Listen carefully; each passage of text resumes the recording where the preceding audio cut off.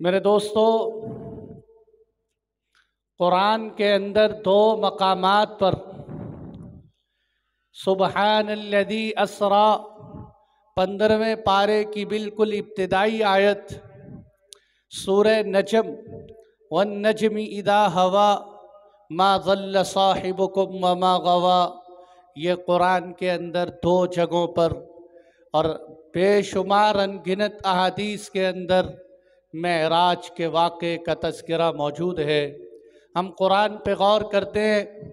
कुरान कहते हैं सुबहानल्लज़ी, पाक है वो ज़ात, अस्रा बिअब्दिही, अस्रा इसरा से है रात को चलना, बिअब्दिही अपने बंदे को, पाक ज़ात है वो जो अपने बंदे को ले गई।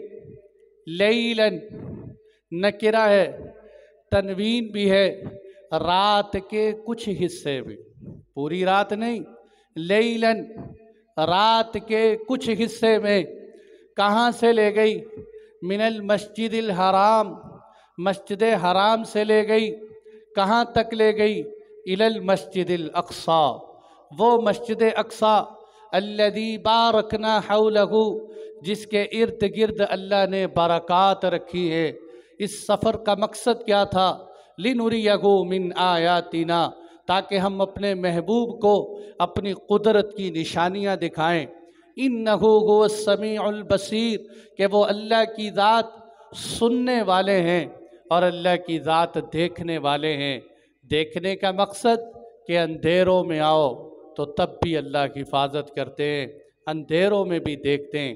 अब ये कुरान की एक आयत, इस कुरान की आयत के अगर चंद नुक्तों पे गौर करें, कुछ लोग वो हैं, मौजज़ा मेराज, शब मेराज आप हजरात हर साल सुनते हैं और इंशाअल्लाह अब भी सुनेंगे, लेकिन कुछ लोग ऐसे हैं जो ये कहते हैं कि हम तो फ़लसफ़ी हैं, हम तो मंतकी हैं, हम तो साइंटिफिक लोग हैं, हमारी अक़ल में नहीं आती ये बात कि एक आदमी रातों रात वो सफ़र शुरू करे, वो मस्जिद हराम से मस्जिद अक्सा तक 4 महीनों का सफ़र, और फिर मस्जिद अक्सा से आसमानों तक, आसमानों से सिदरतुल मुंतहा तक, सिदरतुल मुंतहा से शरीफुल अक़लाम तकदीर की कलमों तक, फिर रब्बे जुल जलाल के सामने जाए, जन्नत देखे, जहन्नुम देखे,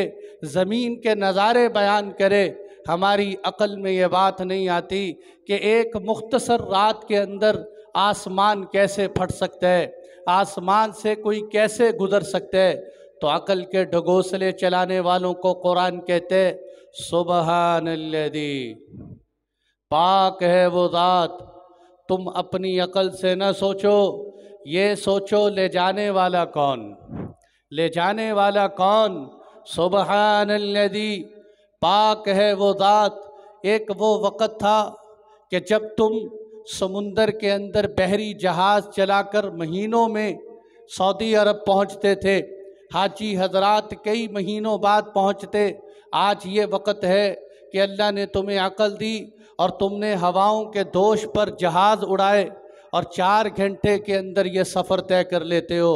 अगर तुम अल्लाह की दी हुई अक़ल में से एक जहाज़ तैयार करके मनो टन वज़न उठाकर हवा में उड़ा सकते हो, तो क्या अल्लाह अपने महबूब को शब मेराज नहीं करवा सकते? उसके लिए क्या मुश्किल है? सुबहानल्लज़ी। और कुरान ने उनका भी जवाब दिया।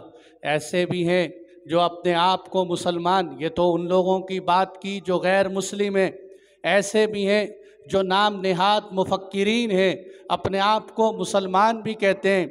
वो ये कहते हैं कि आप सल्लल्लाहु अलैहि वसल्लम की मेराज को हम नहीं मानते। मेरे दोस्तों, याद रखना, आप सल्लल्लाहु अलैहि वसल्लम का वो सफ़र जो मस्जिद हराम से, नुक्ते की बात बता रहा हूँ, जो सफ़र मस्जिद हराम से मस्जिद अक्सा तक का सफ़र है, इस सफ़र को अहले इल्म और अहले सीयर की इस्तिलाह में इसरा कहते हैं। और वो सफ़र जो मस्जिद अक्सा से आसमानों तक का सफ़र है, इसको मेराज कहते हैं। इसरा का सफ़र मस्जिद हराम से लेकर मस्जिद अक्सा तक का सफ़र, ये कुरान से साबित है। इसके मुनकिर के काफिर होने में कोई शक नहीं, इसके मुनकिर के काफिर होने में कोई शक नहीं। लेकिन जो आदमी मेराज का इनकार करता है कि मैं मस्जिद अक्सा तक तो मानता हूँ, मस्जिद अक्सा से आसमानों तक के सफ़र को नहीं मानता, उसको फासिक कहते हैं। इसलिए कि ये किस्सा अहादीस से साबित है और ख़बर मशहूर से साबित है, इसका मुनकिर फासिक है। अब यही बात कुछ तबका वो लोग हैं जो कहते हैं आप सल्लल्लाहु अलैहि वसल्लम को शब-ए मेराज हुई, लेकिन जिस्म को नहीं हुई, रूह को हुई, जसद को नहीं हुई, रूह को हुई। और कुछ वो लोग हैं जो ये कहते हैं आपको शब-ए मेराज हुई लेकिन ख्वाब में हुई, जागते में नहीं हुई। तो हम कहते हैं भाई, ख्वाब में तो इंसान बड़े बड़े कमालात देख लेता है। अगर अल्लाह के महबूब ने ख्वाब ही देखा था तो मुशरिकीन मक्का को जुटलाने की क्या ज़रूरत? अगर अल्लाह के महबूब ने ख्वाब ही देखा था तो कुरान को सुबहान अल्लज़ी के अल्फाज से शुरू करने की क्या ज़रूरत थी?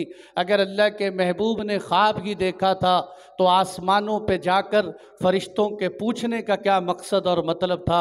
आप सल्लल्लाहु अलैहि वसल्लम को ख्वाब में नहीं, सुबहान अल्लज़ी, पाक है वो ज़ात जो अपने अब्द, बंदा, अब्द का लफ्ज़ कुरान में जहाँ कहीं भी आया रूह और जसद के साथ आया। यानी आप सल्लल्लाहु अलैहि वसल्लम को जो शब-ए मेराज हुई, सिर्फ रूह को नहीं, जिस्म और रूह दोनों को हुई। जैसे अल्लाह ताला ने फरमाया या मूसा अन अस्री बि इबादी, तो बनी इसराइल को लेके चल, तो कुरान में क्या लफ्ज़ इस्तेमाल फरमाया? इबादी। अब क्या मतलब? तो बनी इसराइल की रूहों को लेके चल। या मूसा अन अस्री बि इबादी, ए मूसा तू ले चल। और वहाँ भी इसरा है, रात के वक़्त मेरे बंदों को ले चल। क्या मतलब? कि बनी इसराइल की रूह और जिस्म दोनों को ले चल। इसी तरह कुरान कहते हैं मैंने अपने महबूब को जिस्म और रूह दोनों के साथ मेराज करवाई, बिअब्दिही लैलम मिनल मस्जिदिल हराम। और यहाँ से ये भी नुक्ता बयान कर दिया कि अब्द होना अल्लाह को बड़ा महबूब है। इसीलिए हदीस में आते अल्लाह के यहाँ सबसे पसंदीदा नाम वो अब्दुल्ला और अब्दुर्रहमान, अब्दुल्ला और अब्दुर्रहमान है कि दोनों में अब्दियत का लफ्ज़ है। फरमाया मुझे ना अभी चंद दिन पहले एक बात याद आ, एक आदमी का फ़ोन आया कि हमारी पार्टी को, सियासत चल रही है ना, हमारी पार्टी को वोट देना। तो मैंने कहा भाई मिलने की ज़रूरत नहीं है, आपका पैगाम पहुंच गया। कहते लगता आप फलानी पार्टी के बंदे हैं, हमारी पार्टी के बंदे नहीं। मैंने कहा ना आपकी पार्टी का बंदा हूँ ना फलाने की पार्टी का बंदा हूँ, मैं तो अल्लाह का बंदा हूँ, मैं तो अल्लाह का बंदा हूँ। सुबहान अल्लज़ी असरा बिअब्दिही, अल्लाह ताला अपने महबूब को अब्दुल्ला के मेरे महबूब आए। और कुरान क्या कहते हैं इस किस्से को सुनाते हुए? ये तो मैंने मुख्तसर उन लोगों की बात की, अब हमें इस बहस में ज़्यादा पढ़ने की ज़रूरत नहीं, हम अपने मेराज के किस्से को सुनते। मेरे दोस्तों, शब मेराज कब हुई? एक सवाल ये हल करता चलो। इसके अंदर शदीद इख्तिलाफ, तकरीबन 8 के करीब अक़वाल हैं कि आप सल्लल्लाहु अलैहि वसल्लम को शब-ए मेराज किस साल में हुई। साल में इख्तिलाफ। पहला इख्तिलाफ, बाज़ ने यह कहा कि आप सल्लल्लाहु अलैहि वसल्लम को नबूवत मिलने से 8 महीने, नबूवत मिलने के बाद और हिजरत से पहले, हिजरत से 8 महीने पहले अल्लाह के महबूब को शब-ए मेराज हुई। बाज़ ने कहा अल्लाह के महबूब को हिजरत से 11 महीने पहले शब-ए मेराज हुई। बाज़ हज़रात ने कहा कि 1 साल और कुछ महीने पहले अल्लाह के महबूब को शब मेराज हुई। बाज़ ने कहा 3 साल और यहाँ तक के बाज़ ने कहा 5 साल।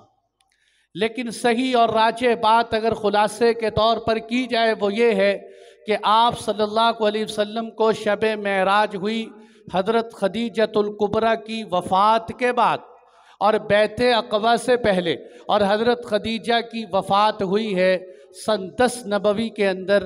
अल्लाह के महबूब की उम्र उस वक़्त 50 साल हो चुकी थी, इसलिए कि शैब अबी तालिब के अंदर हज़रत खदीजा मौजूद थी और शैब अबी तालिब 10 नबवी में हुआ। तो पता ये चलता है मिल मिला के, पक्की बात नहीं, राजिह बात अक़वाल को इकट्ठे करने के एतबार से कि 11 नबवी नबूवत मिले को 11 साल हो गए थे जब आपको शब मेराज हुई। अब अगला इख्तिलाफ महीने का है, बाज़ ने कहा रबीउल अव्वल में हुई, बाज़ ने कहा रबीउल सानी में हुई, बाज़ ने कहा रजब के महीने में हुई, बाज़ ने कहा रमज़ानुल मुबारक में हुई, बाज़ हज़रात ने कहा दुल्हिज्जा के महीने में हुई। ये भी इख्तिलाफ, लेकिन मशहूर कौल ये है, और ये कायदा अल्लामा ज़ुरक़ानी ने लिखा है कि जब किसी दो कौलों के अंदर इख्तिलाफ हो और वहाँ कोई दलील भी मौजूद ना हो तो हम ये देखेंगे उम्मत में क्या बात चल रही है। उम्मत में 27 रजब की बात चल रही है तो हम यही समझेंगे कि हो सकता है 27 रजब को ही आपको शब मेराज हुई। लेकिन मैंने सारी डिटेल इसलिए बताई कि कन्फर्म करके किसी से झगड़ा नहीं करना कि 27 को ही हुई और यही पक्की बात है, यही दलील है। सारी बहस मैंने आप हजरात के सामने रख दी। अब हुआ ये कि आप सल्लल्लाहु अलैहि वसल्लम को अल्लाह के महबूब ने मुशरिकीन मक्का की तकलीफ़ों से तंग आ चुके थे। अल्लाह के महबूब ने सोचा मैं ताइफ चलता हूँ, अगर मेरे अपने मेरी बात नहीं मानते तो शायद ताइफ वाले माने। मेरे महबूब ताइफ चले गए, लेकिन ताइफ वालों ने अल्लाह के महबूब के सीने पे वो तीर चलाए जो मक्के वालों ने भी न चलाए।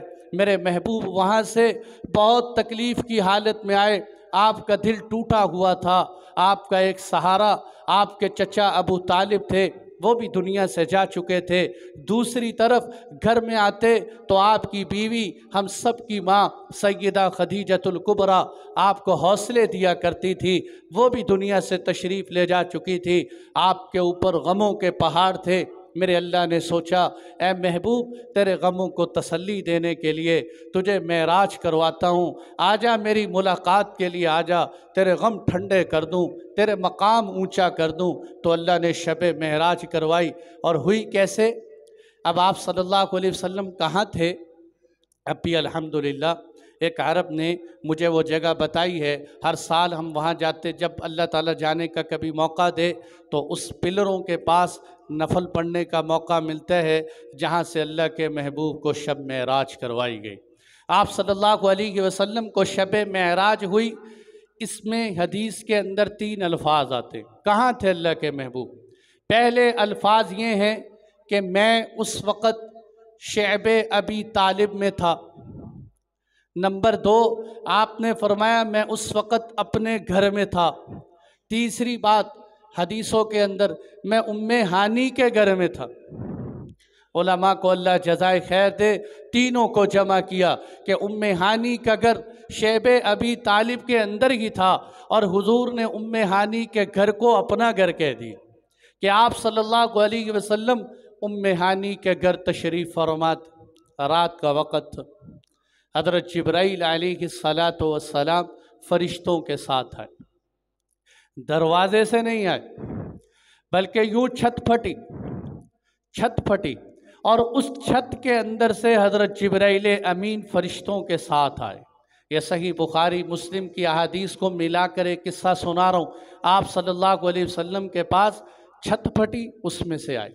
यह छत क्यों फटी, दरवाजे से क्यों नहीं आए, ये बताने के लिए कि अल्लाह के महबूब तैयार हो जाएं, अब बड़े बड़े कारनामे होने वाले हैं, अब खिलाफे अक़ल वाक़यात पेश आने वाले हैं।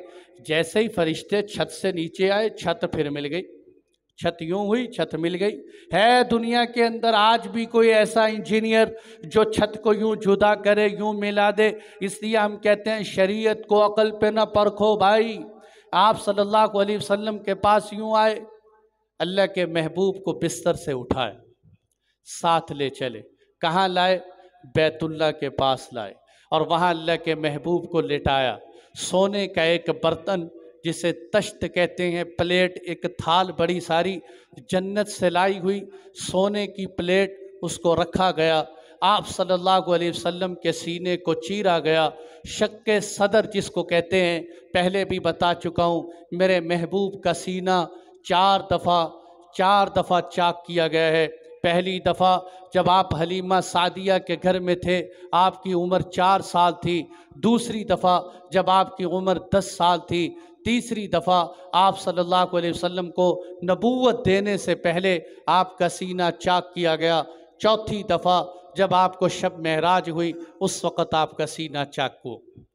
ये जो आपका सीना चाक हुआ ना, आप सल्लल्लाहु अलैहि वसल्लम ने बाद रिवायात में ख़ुद और बाद में सहाबा फरमाते हैं कितना था कि ये जो सीना है उभरा हुआ, यहाँ से लेकर नाफ तक अल्लाह के महबूब का सीना चीर दिया गया। ओपन हार्ट सर्जरी इस दुनिया में अगर सबसे पहले हुई है तो आप अलैहिस्सलाम की हुई। ओपन हार्ट सर्जरी, आप सल्लल्लाहु अलैहि वसल्लम का सीना खोला गया। आपका सीना खुला। हज़रत अनस फरमाते हैं, मैं अल्लाह के महबूब के सीने को जब खुला हुआ देखता तो जिस्म पे वो निशानात खुले हुए नज़र आते थे। आपका सीना खुला, आपके सीने अनवर से दिल मुबारक निकाला गया, उसको निकाल के सोने के बर्तन में रखा गया। आब ज़मज़म लाया गया और आब ज़मज़म से मेरे महबूब के दिल को धोया गया। आप सल्लल्लाहु अलैहि वसल्लम के दिल को धोने के बाद आपके सीने अनवर के अंदर दिल रख दिया। अब यहाँ नुक्ते की बात अगर अर्ज़ करूँ, वो ये है कि उलमा का इसमें इख्तिलाफ़ हुआ कि इस दुनिया में कौन सा पानी सबसे अफजल, कौन सा पानी सबसे अफजल, क्योंकि एक पानी आबे कौसर भी है। बाद उलमा कह रहे हैं आबे कौसर अफजल, कि जन्नत का पानी है। आप अलैहिस्सलातु वस्सलाम को अल्लाह ने कौसर स्पेशल अता फरमाई है, तो आबे कौसर का पानी सबसे अफजल। लेकिन दूसरे उलमा कहते हैं, और बात दिल को लगती है, वो ये है कि नहीं नहीं, आबे कौसर अफजल नहीं। अगर आबे कौसर अफजल होता, जिस तरह जन्नत से थाल लाया गया, तो आबे कौसर भी तो लाया जा सकता था। आबे कौसर नहीं लाया गया, बल्कि जमजम के पानी से धोकर बताया गया, ए महबूब, आपके दिल को जिस पानी से धोया जाए वो आबे जमजम ही हो सकते हैं, वो आबे जमजम हो सकते, वो हमें मिलते हैं। अल्लाह के फजल से हम पीने की सआदत हासिल करते हैं। आपके सीने अनवर को जमजम से धोया। और उलमा कहते हैं आबे जमजम से भी अफजल पानी वो है, आबे जमजम से भी अफजल पानी वो है जो अल्लाह के महबूब की उंगलियों से निकले। आप सल्लल्लाहु अलैहि वसल्लम की उंगलियों मुबारक से ऐसे निकला, सहाबा फरमाते हैं जैसे चश्मा फूट रहे। ये सब पानियों से अफजल तरीन पानी है। तो आपके दिल को धोया गया, सीने में पैक कर दिया गया। अब आपके सामने बुर्राक एक सवारी लाई। बुर्राक ये बर्क से है या बरीक से है। बरीक कहते हैं सफ़ेद चीज़ को। ये ऐसा जानवर था जो गधे से बड़ा, खच्चर से छोटा, एक ऐसा बरीक सफ़ेद लंबा जानवर। और ये बर्क से भी हो सकते हैं। अरबी में बर्क बिजली को कहते हैं कि इसकी रफ्तार बिजली की तरह, और इसकी रफ्तार ऐसी थी कि यहाँ इंसान की नज़र पड़ती। इस वक्त साइंसदान कहते हैं नज़र की स्पीड बहुत ज़्यादा है, जहाँ नज़र पड़ती वहाँ इसका पहला कदम पड़ता। ये बुर्राक सवारी आई और आप सल्लल्लाहु अलैहि वसल्लम से पहले अनगिनत अंबिया ने बुर्राक पर सवारी की। लेकिन आप सल्लल्लाहु अलैहि वसल्लम जब बुर्राक पे बैठने लगे तो बुर्राक शोखियाँ मारने लगा, अटकेलियाँ करने लगा, तकब्बुर के मारे अकड़ने लगा कि मैं बड़ा बेहतरीन जानवर हूँ, मुझ पे बड़े बड़े अंबिया ने सवारी की है, मेरी सवारी के क्या कहने। जिब्राइल अमीन ने कहा बुर्राक शोखी दिखाने की ज़रूरत नहीं, सुन मेरी बात, जो हस्ती आज तेरे ऊपर सवार हो रही है, कायनात में इससे अदीमुशान हस्ती कोई नहीं आई। ये जो हस्ती तेरे ऊपर सवार हो रही, ये मुअज़्ज़ज़ मुकर्रम और आला हस्ती है। शोखियाँ मारने की ज़रूरत नहीं, फ़ख्र कर अपने ऊपर कि आज तेरे ऊपर अदीमुशान सवार आ रहे।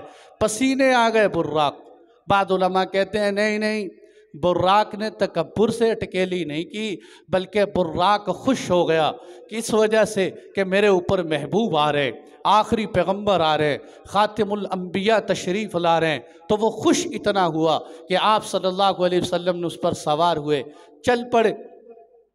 बीच में कुछ वाक़यात आए, और ये वाक़यात जो मैं आपको सुना रहा हूँ, इसके अंदर हदीस में कोई तरतीब नहीं।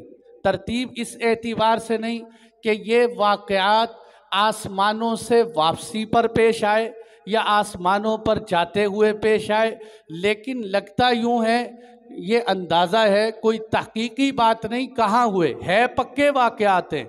इसकी तरतीब आगे पीछे वो वाक़यात क्या पेश आए कि आप सल्लल्लाहु अलैहि वसल्लम को जाते हुए रास्ते के अंदर एक जगह आई, खजूरों का इलाका था, और जिब्राइल अमीन ने फरमाया अल्लाह के महबूब उतरिए, यहाँ 2 रकत नमाज पढ़ी।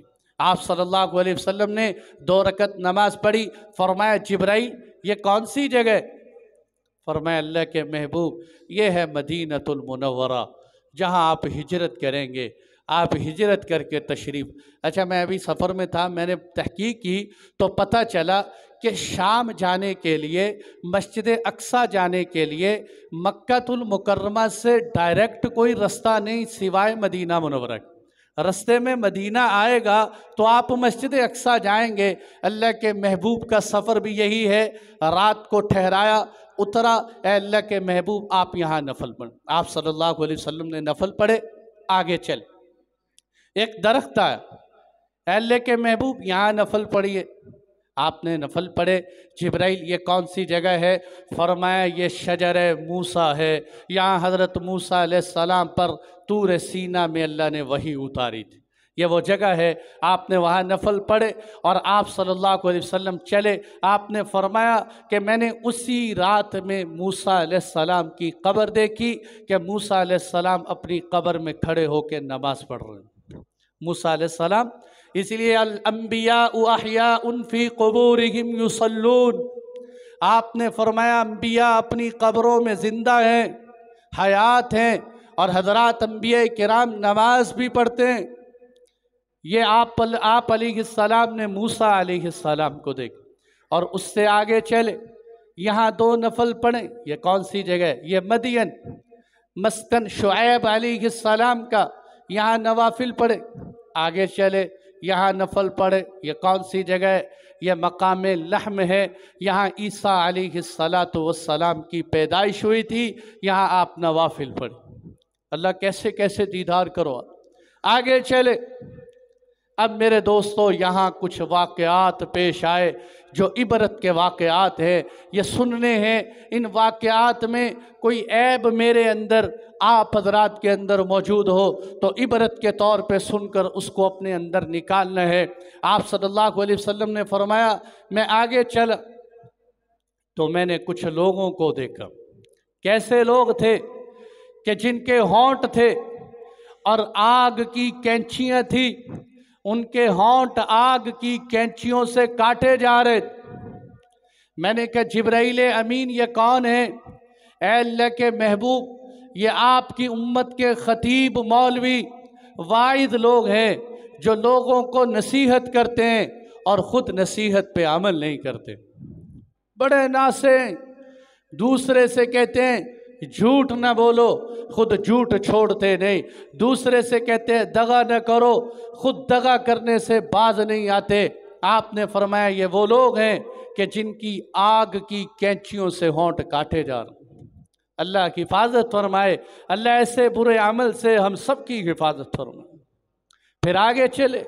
आप अलैहिस्सलातु वस्सलाम ने देखा, ये हज़रत अनस रज़ियल्लाहु अन्हु से मरवी है, सुनन नबी दाऊद की हदीस है। फरमाया कि कुछ लोग हैं उनके पेट, अल्लाह की हिफाजत फरमाए, उनके पेट ऐसे हैं जैसे कमरा और घर होते हैं। इतने बड़े पेट के अंदर इस तरह के सुराख हैं कि उसके अंदर से सांप और बिच्छू चलते हुए नजर आते हैं। अल्लाह के महबूब, ये कौन लोग हैं? फरमाया गया ये सूद खाने वाले। ये वो लोग हैं जो सूद खाने वाले। आज मेरी उम्मत का नौजवान वो कहता है मौलाना सूद के बगैर मेरे घर का निज़ाम नहीं चलता। आप तो कहते हो सूद हराम है, सूद के बगैर मेरा सिस्टम नहीं चलता, मेरी औलाद भूखी मर जाएगी। ओ खुदा के बंदे तू मर जाएगा, पीछे तेरी औलाद भूखी मरे या जीती मरे, सोच आखिरत के आज़ाब को। कमरों की तरह तेरा पेट बड़ा हो जाएगा, उसके अंदर सांप और बिच्छू चलते हुए तुम्हें नजर आएंगे। आज दुनिया के लालच की खातिर तू हलाल नहीं देखता, हराम नहीं देखता, बल्कि क़यामत के दिन के आज़ाब को सोच तो सही।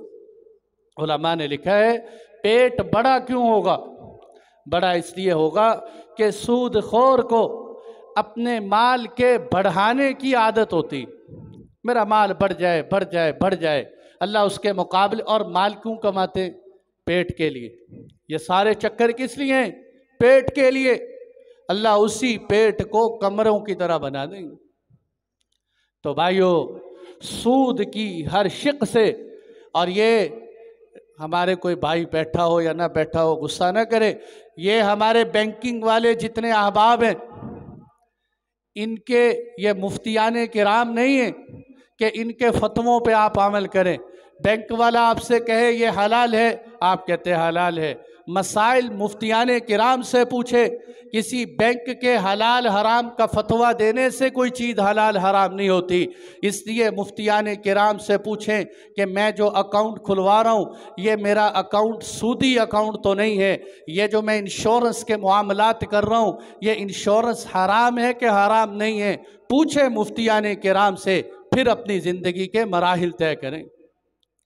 तीसरी चीज़, अब इस पे तफसील नहीं वरना सूद की बहस लंबी हो जाए। तीसरे नंबर पर जब आप आगे बढ़े, आप सल्लल्लाहु अलैहि वसल्लम ने देखा कुछ लोग हैं उनके नाखून तांबे की तरह और लंबे नाखून, वो नाखूनों से अपने चेहरे को अपने सीने को नोच रहे। आप सल्लल्लाहु अलैहि वसल्लम ने पूछा ये कौन लोग हैं?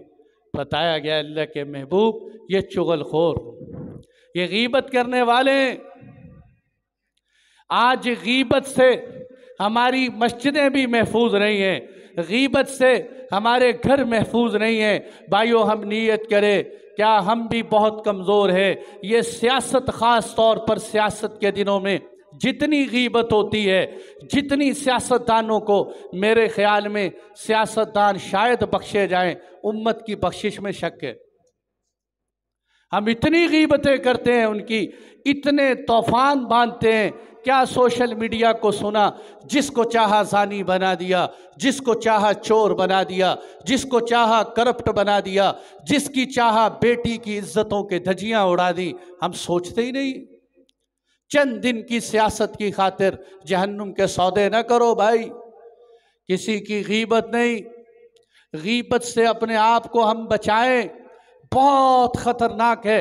देखो सियासी इख्तिलाफ अपनी जगह पर इख्तिलाफ करें, मुहज़्ज़ब अंदाज से करें, मुहज़्ज़ब अंदाज से भी किया जा सकता है।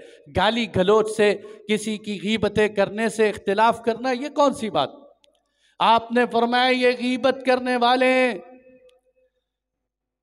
इसलिए भाइयों हिफाजत। चौथी बात आपने देखा कि कुछ लोग हैं जिनके सामने सालन, एक पका हुआ अच्छा सालन है, एक सड़ा हुआ, उसमें से धुआं निकल रहा है। वो अच्छे सालन को नहीं खा रहे, सड़े हुए को खा रहे हैं। आपने पूछा ये कौन लोग हैं? बताया गया अल्लाह के महबूब ये वो लोग हैं जो शादीशुदा हैं फिर भी ज़िना करते हैं, बीवियां घर में मौजूद हैं, हलाल रिश्ते मौजूद हैं, लेकिन ये हराम का आदी बन चुका है और ये जगह जगह मुंह मारता फिरते।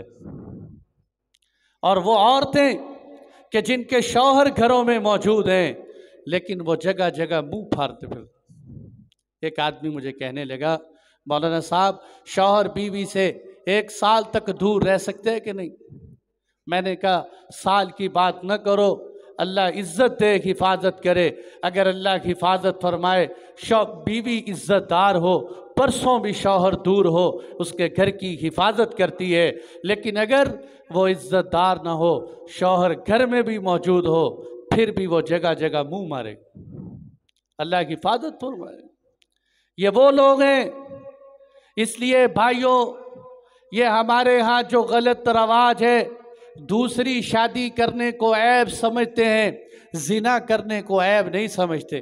बेवा हो जाए, वो ख़ानदान के अंदर सारी ज़िंदगी बेचारी अपनी ज़िंदगी से सड़ती मरती रहे, उसकी शादी करने को हमारे यहाँ ऐब समझते हैं। लेकिन उसके यहाँ जिना का सिस्टम चलता रहे, हम इस पर राज़ी। इसलिए बहुत ख़तरनाक बात। फिर आप सल्लल्लाहु अलैहि वसल्लम ने देखा कि कुछ लोग हैं कि वो क्या है, वो एक खून की नहर के अंदर उनके सरों पे पत्थरों पे पत्थर पड़ रहे हैं। सर ठीक होता है, फिर पत्थर लगते हैं, फिर सर ठीक होते हैं, फिर पत्थर पड़ते हैं। पता है कौन लोग हैं? ऐ अल्लाह के महबूब, ये कौन लोग हैं? फरमाया, ये वो लोग हैं जो नमाज में सुस्ती करते हैं, जो नमाज में सुस्ती करते हैं। उम्मत आज समझती है नमाज पढ़ लो सवाब है, ना पढ़ो कोई बात नहीं। और भाई नहीं, नमाज का छोड़ देना जिस तरह जिना करना गुनाह है, नमाज का छोड़ देना भी अल्लाह की कसम गुनाह है। नमाज का छोड़ देना गुनाह है, इसको गुनाह समझो भाई। दोस्तों की वजह से छूट गई, दुकान की वजह से छूट गई, यारों की वजह से छूट गई। मैं तो सुबह की नमाज पढ़ लेता हूँ, मैं कभी जोहर पढ़ता हूँ, कभी हफ्ते में जुमा पढ़ लेता हूँ। नहीं भाई, सुबह की नमाज सबसे पहली नमाज, सबसे कम नमाजी फजर की नमाज में आपने फरमाया जो सुबह की नमाज पढ़ ले वो अल्लाह के ज़िम्मे आ जाते, अल्लाह उसकी हिफाजत करते। लेकिन यहाँ नमाजों में सुस्ती आप सल्लल्लाहु अलैहि वसल्लम ने अपनी आँखों से देखा। इसलिए उम्मत को आखिरी वक़्त भी जाते हुए मेरे महबूब डराते हुए गए, ऐ मेरी उम्मत नमाज न छोड़ना, नमाज न छोड़ना, नमाज न छोड़। अगर इस उम्मत में कहीं नमाज मुआफ़ होती तो करबला के मैदान में नवासे रसूल नमाज छोड़ देते। लेकिन नमाज पढ़ के उम्मत को बताया, हम नवासे होकर, जन्नत के नौजवानों के सरदार होकर, खून के अंदर निहत्ते होकर, तीर तलवार के साए के अंदर सजदा नहीं छोड़ते। तुम दुकानों की वजह से सजदे छोड़ दो, तुम बाज़ारों की वजह से छोड़ दो, तुम यारों की महफिलों की वजह से छोड़ दोगे। और भाइयों, नियत करो, नमाज न छोड़ो, नमाज न छोड़ो। आपने ये नमाज छोड़ने वालों का अजाब देखा। फिर अल्लाह के महबूब सल्लल्लाहु अलैहि वसल्लम चले, आप मस्जिद अक्सा तशरीफ़ ले। आपकी वो जो सवारी बुर्राक थी, उसको जिब्राइल अमीन ने, वहाँ एक पत्थर है अब भी मौजूद है, लेकिन वल्लाहु आलम कहा यह जाता है कि ये वही पत्थर है जिसके साथ हुजूर की सवारी को बांधा गया। अब उस दीवार को दीवार बुर्राक कहते हैं, और यही वो दीवार है जिस पे यहूदियों और मुसलमानों का झगड़ा चल रहा है। यहूदी ये कहते हैं कि ये दीवार दीवार गिरिया है, मुसलमान कहते हैं ये दीवार दीवार गिरिया नहीं, दीवार बुर्राक है। यही अल्लाह के महबूब ने सवारी बांधी। वहाँ एक मस्जिद भी बना दी गई इस नाम पे। आप सल्लल्लाहु अलैहि वसल्लम की सवारी बांधी, और उलमा ने लिखा है ये वो पत्थर है जहाँ सब अंबिया किराम अपनी सवारियाँ बांधा करते। आप अलैहिस्सलाम की सवारी बुर्राक बांध दी गई। अल्लाह के महबूब तशरीफ़ ले गए, देखा कि आपके इस्तकबाल के लिए मस्जिद अक्सा तो नमाजियों से भरी पड़ी। आप तशरीफ़ ले गए, देखा इतने नमाजी। हज़रत जिब्राइल कहने लगे, अल्लाह के महबूब जानते हो ये कौन नमाजी है अंदर? ये नमाजी ये कोई आम नमाजी नहीं है, ये सारे के सारे अंबिया किराम जमा हैं। और आप अलैहिस्सलातु वस्सलाम के इस्तकबाल के लिए हज़रात अंबिया तशरीफ़ फरमा थे। आप अंदर आए, जिब्राइल अमीन ने आपका हाथ पकड़कर मुसल्ले पे खड़ा किया। अल्लाह के महबूब ने नमाज़ पढ़ाई। आपकी क़यादत और इत्तिबा में सब अंबिया ने नमाज़ पढ़ी। इसीलिए आपको इमामुल अंबिया कहा जाता है। ये सिर्फ लक़ब नहीं है इमामुल अंबिया। आप अलैहिस्सलातु वस्सलाम ने सब नबियों की इमामत करवाई, इसलिए आपको इमामुल अंबिया कहते हैं। फरागत हुई, नमाज के बाद हज़रात अंबिया से मुलाकातें हुई। सब नबियों ने अपने अपने अंदाज से तारीफ़ की। हज़रत इब्राहीम अलैहिस्सलाम अल्हम्दुलिल्लाहिल्लज़ी इत्तख़ज़नी खलीला, तमाम तारीफ़ें उस अल्लाह के लिए जिसने मुझे खलील बनाया। व अनक़ज़नी मिनन्नार, अल्लाह ने मुझे जहन्नुम से बचाया और आग से बचाया, और उसी आग को वजालनी बरदन व सलामा, अल्लाह ने उस आग को मेरे ऊपर सलामती और ठंडक वाली आग बनाया। आपने तारीफ़ की। हज़रत मूसा अलैहिस्सलाम, तमाम तारीफ़ें उस अल्लाह के लिए जिससे मूसा को कलीमुल्लाह बनाया। हज़रत मूसा अलैहिस्सलाम के हाथ से बनी इसराइल को निजात दी, फ़िरऔन को हलाक किया। हज़रत सुलेमान अलैहिस्सलाम कह रहे हैं, तमाम तारीफ़ें उस अल्लाह के लिए जिसने मुझे ऐसी बादशाहत दी जो आज तक किसी को ना मिली। मुझे परिंदों पे हुकूमत दी, हवाओं को मेरे लिए मुसख्खर किया। हज़रत दाऊद अलैहिस्सलाम, तमाम तारीफ़ें उस अल्लाह के लिए, मेरे लिए लोहे को नरम कर दी। अल्लाह ने मुझे ज़बूर का लहन अता फरमाया। हज़रात अंबिया, हज़रत ईसा अलैहिस्सलाम, या अल्लाह तेरे तू तमाम तारीफ़ें उस अल्लाह के लिए जिसने मुझे ये ताकत दी कि मैं कोढ़ के मरीज़ों को शिफा दूँ, जो मेरे ज़रिए अल्लाह ने अंधों को शिफायाब किया, और अल्लाह ने मेरे ज़रिए परिंदों को बोलियाँ अता। तो रंग बिरंगी बातें हज़रत ईसा अलैहि, सब अंबिया किराम ने अपने अपने अंदाज में बात की। अब बारी आई आप सल्लल्लाहु अलैहि वसल्लम। आपने फरमाया, तमाम तारीफ़ें उस अल्लाह के लिए, अल्हम्दुलिल्लाहिल्लज़ी अरसलनी रहमतल लिल आलमीन व काफ़तल लिन्नासि बशीरन व नज़ीरा। तमाम तारीफ़ें उस अल्लाह के लिए जिसने मुझे दो जहानों के लिए रहमत बना के भेजा। तमाम तारीफ़ें उस अल्लाह के लिए कि जिसने मुझे डराने वाला, खुशखबरियाँ सुनाने वाला बना के भेजा। वजालनी उम्मतन, मुझे एक ऐसी उम्मत अता फरमाई जो उम्मत खैर उम्मतिन उखरिजत लिन्नास, जो बेहतरीन उम्मत है, लोगों के नफ़े के लिए निकाली गई है। मैं कुर्बान जाऊँ अपने महबूब पर, मेरे माँ बाप फ़िदा हूँ आप पर। आपने शबे महराज में भी इस उम्मत को नहीं भूले। मेरे अल्लाह ने वो उम्मत दी जिसे किसी महबूब ने नहीं कहा, किसी पैगंबर ने नहीं कहा, ये उम्मत मुझे मिली। अल्लाह के महबूब ने फरमाया, अल्लाह ने मुझे ऐसी उम्मत दी जो बेहतरीन उम्मत है, लोगों के नफ़े के लिए निकाली गई। अल्लाह ने मुझे वो उम्मत दी है जो आने के एतिबार से सबसे आखिर में आई, जाने के एतिबार से जन्नत में सबसे पहले जाएगी। आपने याद की, हज़रत इब्राहीम अलैहिस्सलाम कहने लगे, वाक़अतन अल्लाह ने आपको इन शानों की वजह से सब नबियों पे फजीलत अता फरमाई, सब नबियों पर फजीलत अता फरमाई। ये आपकी मस्जिद अक्सा के अंदर मीटिंग। बाप आसमानों पर तो टाइम भी बहुत हो गया, मैंने तो सोचा था सारा शब मेराज समेट दूँ, गड़ी बड़ी स्पीड से चलती है, पता नहीं क्या बात। तो बहरहाल सुने ज़रा, मैं तेज़ करता हूँ, बात सिमट जाए, कुछ ना कुछ बाकी चलो अगले जुमे में ले जाएं, वरना भाई फतवे भी लगते हैं ना कि मौलवी टाइम पे छोड़ते नहीं।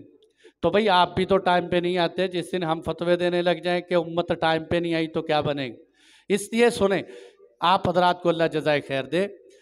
आप अलैहिस्सलातु वस्सलाम मस्जिद अक्सा से चले आसमानों की तरफ, आसमानों पे देखें, मस्जिद हराम से ले गए मस्जिद अक्सा तक बुर्राक पर। अब यहाँ से बुर्राक पर जा सकते, फरमाया नहीं, अब बुर्राक नहीं, अब बुर्राक की ज़रूरत नहीं। एक सीढ़ी आई, मेराज अरबी में सीढ़ी को कहते हैं। मेराज जो है अरज या रुजू चढ़ने को कहते हैं, मेराज सीढ़ी। और उलमा ने लिखा है कि जब इंसान की रूह निकलती है, रूह, तो आपने देखा होगा कि मैयतें अक्सर उनकी आंखें पीछे को पलट जाती, ऊपर देखते देखते पीछे जा रही होती हैं। ये रूह निकलकर उस सीढ़ी से के ज़रिए आसमानों तक जाती है, जिसको मैयत अपनी आँखों से देख रही होती है।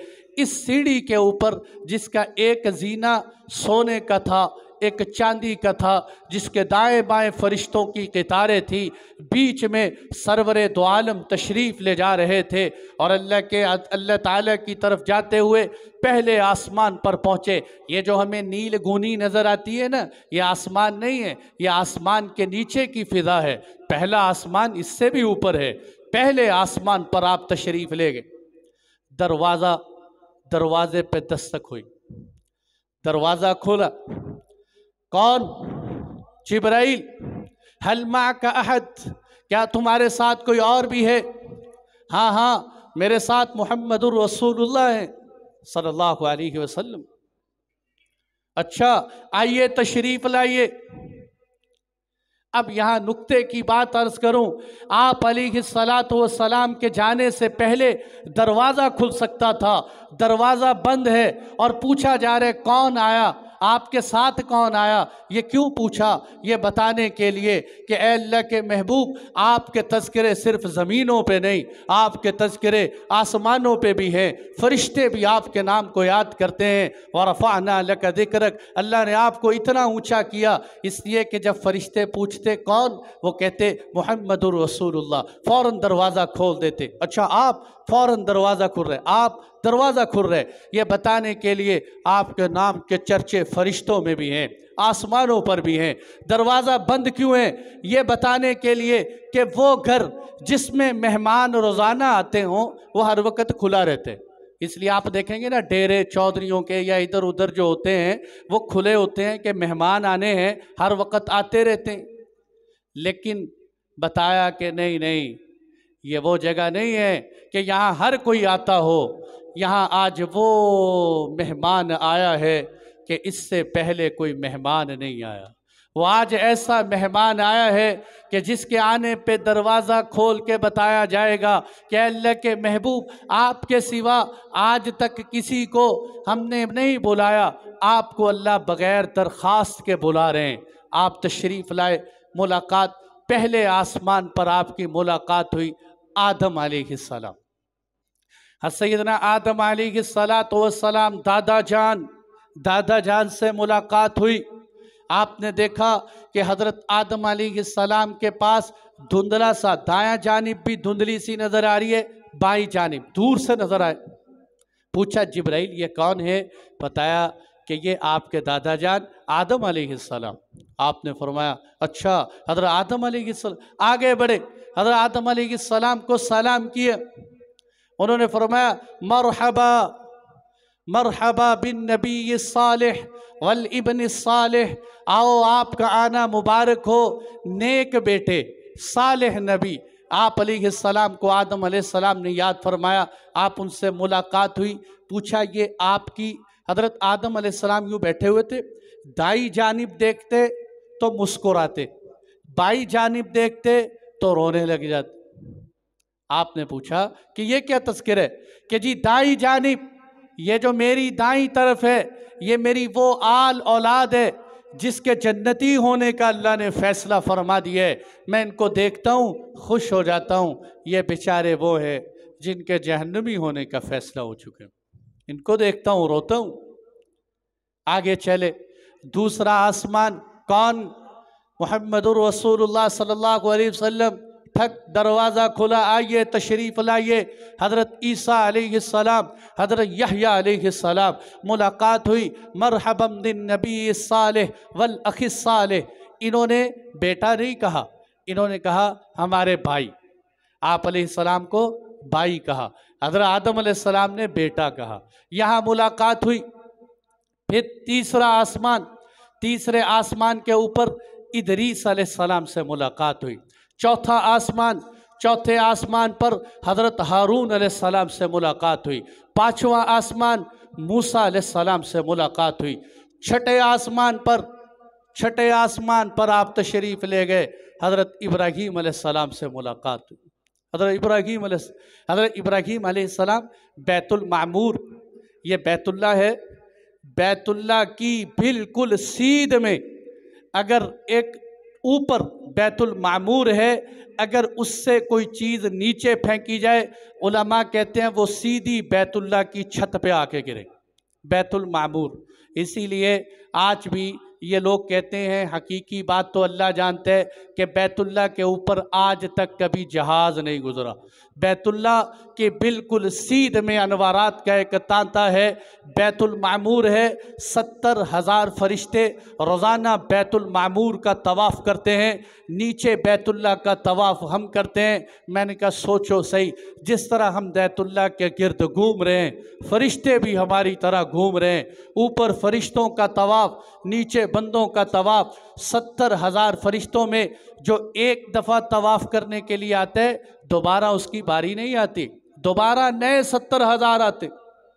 उस बैतुल मामूर के साथ हज़रत इब्राहीम अलैहिस्सलाम टेक लगा के बैठे हुए हैं और आप सल्लल्लाहु अलैहि वसल्लम की वहाँ मुलाकात। अब उलमा ने हिकमतें लिखी और ये बात समेट देंगे इंशाअल्लाह, अगले जुमे को यहीं से शुरू करेंगे। यहाँ सिर्फ थोड़ी सी एक बात उलमा ने लिखे कि अंबिया किराम से मुलाकात, आदम अलैहिस्सलाम से मुलाकात का मकसद क्या था कि ऐ महबूब, जिस तरह हज़रत आदम अलैहिस्सलाम को जन्नत से निकाला गया, दुनिया की तरफ हिजरत करके आए, अब आपकी हिजरत का वक़्त आ चुके हैं, आपके हिजरत का वक़्त आ चुके हैं। आगे आपकी मुलाकात मूसा अलैहिस्सलाम से, ईसा अलैहिस्सलाम से, कि क्या ईसा अलैहिस्सलाम और यहया अलैहिस्सलाम से मुलाकात क्यों हुई कि इनको यहूदियों ने बहुत सताया था। बताया गया हिजरत के बाद आपको सबसे ज़्यादा यहूदी सताएंगे, यहूदी आपको बहुत तंग करेंगे। यूसुफ अलैहिस्सलाम से मुलाकात हुई इसलिए कि यूसुफ अलैहिस्सलाम के भाइयों ने आपको बहुत सताया था और आखिर पे आपने उन पे गलबा पाके माफ़ कर दिया था। अल्लाह के महबूब, कुरैश वालों ने आपको सताया बहुत है, एक दिन आएगा आप फ़तह मक्के के तौर पर मक्कातुल मुकर्रमा में दाखिल होंगे, फिर यूसुफ की तरह सबको माफ़ कर देंगे। इसलिए यूसुफ अलैहिस्सलाम से मुलाकात हुई, मूसा अलैहिस्सलाम से मुलाकात हुई कि मूसा अलैहिस्सलाम की कौम बनी इसराइल की तरह आपकी उम्मत में भी टेढ़ापन बहुत हो। आपने फरमाया जहाँ बनी इसराइल ने घुसने की कोशिश की, तुमने भी कोशिश की है कि हम वहीं चले जाएं। यानी हमारा और बनी इसराइल का फ़र्क थोड़ा सा ही है, वो ये जो हमें आदतों के एतिबार से, वरना फ़जीलत के एतिबार से अल्हम्दुलिल्लाह, अल्लाह का शुक्र अदा करो, अपने महबूब की वजह से हमें फ़जीलत अता है। आदात के एतिबार से कह रहा हूँ, तो ये इसलिए मूसा अलैहिस्सलाम से मुलाकात हुई। आखिरी मुलाकात जो हज़रत इब्राहीम अलैहिस्सलाम से हुई, उसमें हिकमत ये थी कि अल्लाह के महबूब, आज जिस तरह हज़रत इब्राहीम 7वें आसमान पर है, जब आपकी ज़िंदगी का आखिर होगा, आपके दुनिया से जाने का वक़्त करीब होगा, आप हज करने के लिए जाएंगे। जिस तरह हज़रत इब्राहीम अलैहिस्सलाम बैतुल मामूर के साथ बैठे हैं, इसका मतलब अल्लाह आपको हज करवाएंगे और वो आपकी ज़िंदगी का हज्जतुल वदा होगा। और उसके 55 दिन बाद अल्लाह के महबूब दुनिया से तशरीफ़ ले गए। हज्जतुल वदा के 55 दिन बाद अल्लाह के महबूब का इंतकाल हो गया था। तो ये शब मेराज मुख्तसरन आप हज़रात की खिदमत में अर्ज़ की। इंशाअल्लाह अगली बातें आप कहाँ गए और अल्लाह के दरबार में मुलाकातें कैसे हुई, वापसी पे क्या तोहफ़ा लेकर आए और आप अलैहिस्सलाम का ये मौजज़ा मुशरिकीन के सामने कैसे साबित हुआ, ज़िंदगी रही तो अगले जुमे में। व आखिरु दावाना अनिल हम्दुलिल्लाह।